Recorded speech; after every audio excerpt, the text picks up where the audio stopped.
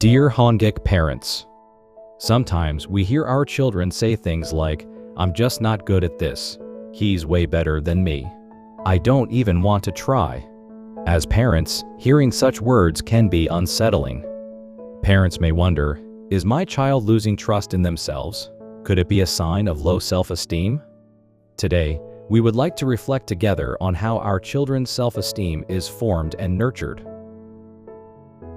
1. What is self-esteem?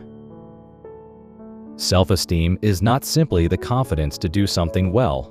Rather, it is the deep and stable belief, I am a valuable and lovable person, and I am capable of achieving things. Self-esteem is made up of two core components. 1. Emotional belief, I am worthy of love and respect no matter the situation. 2. Functional belief, I can accomplish things if I try and work hard. When these two elements are in balance, children develop a strong inner foundation that helps them stand firm in any situation. For example, let's look at Grace, a 3rd grade student. In class, she sometimes gets nervous during presentations and even stumbles over her words. But she doesn't get overly discouraged. 1. Emotional belief. Grace hears words at home like, "You're wonderful just the way you are." Her parents focus more on the effort she puts in rather than just the results. That's why, even when she makes mistakes, Grace continues to believe she is still a valuable person. 2. Functional belief. When she first started Taekwondo, Grace found it challenging, but through steady practice and asking questions, her skills improved. She now believes, it might take time, but I can get better, and so she approaches new challenges without fear. 2. What does healthy self-esteem look like? Children with strong self-esteem tend to show the following characteristics. They approach new things with excitement and curiosity rather than fear. They don't easily give up after failing, they try again. They don't worry too much about winning or losing, but focus on what they're good at and let go of things they can't control. They don't compare themselves to others, but to who they were yesterday, trying to grow by asking, "Am I better than before? Or can I do something now that I couldn't do before?" They are not afraid to ask for help when needed.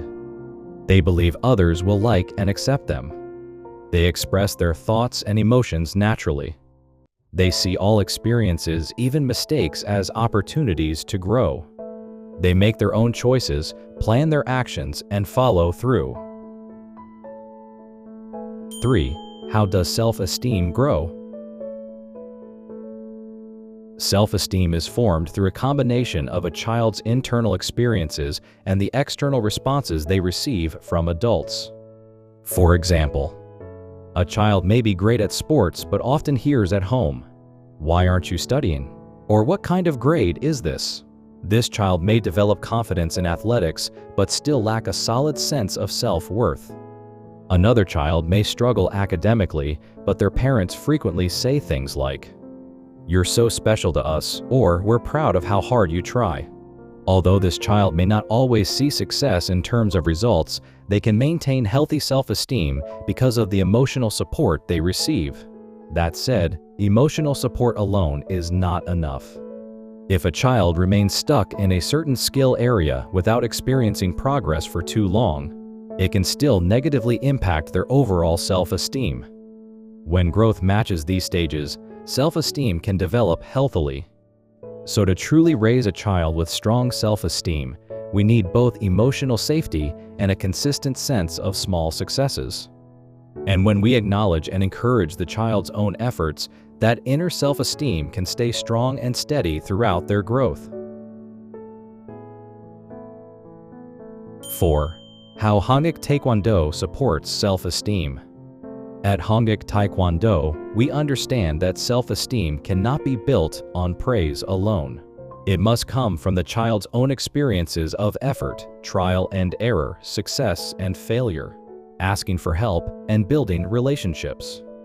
This is why we provide the following environment for our students: a culture where mistakes and failures are treated as natural learning steps, a space to release their full energy through kihap and movement, opportunities to express their thoughts openly, leadership training through helping and guiding others, a curriculum where students can clearly feel their own progress, a setting where they are given time to try until they succeed, encouragement to choose and act independently, praise focused on effort and perseverance rather than just results.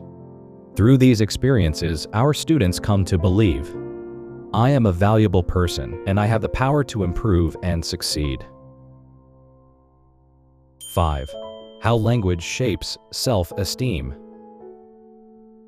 Children grow on the words they hear. As adults, we often underestimate the power of our words. But a single sentence can lift a child's heart or leave it shaken. Words that focus on effort rather than results are one of the most powerful tools for nurturing self-esteem. Yes, results-based praise can work, but the effect is often temporary. For example, parents saying, "I'll buy you a toy if you score over 90" might motivate a child, but it can also make them believe anything below 90 is a failure. This thinking can lead to giving up entirely when they believe they won't make the cut. In contrast, when we say, "I noticed you sat and studied for 30 minutes longer than usual," or "I saw you raise your hand to try something you've never done before," we affirm the process, not just the outcome. When children hear praise for their effort and progress, those moments build up over time, and that's what helps them grow into self-motivated, resilient learners. Each small success serves as a seed, nurturing self-esteem to grow deep and resilient over time.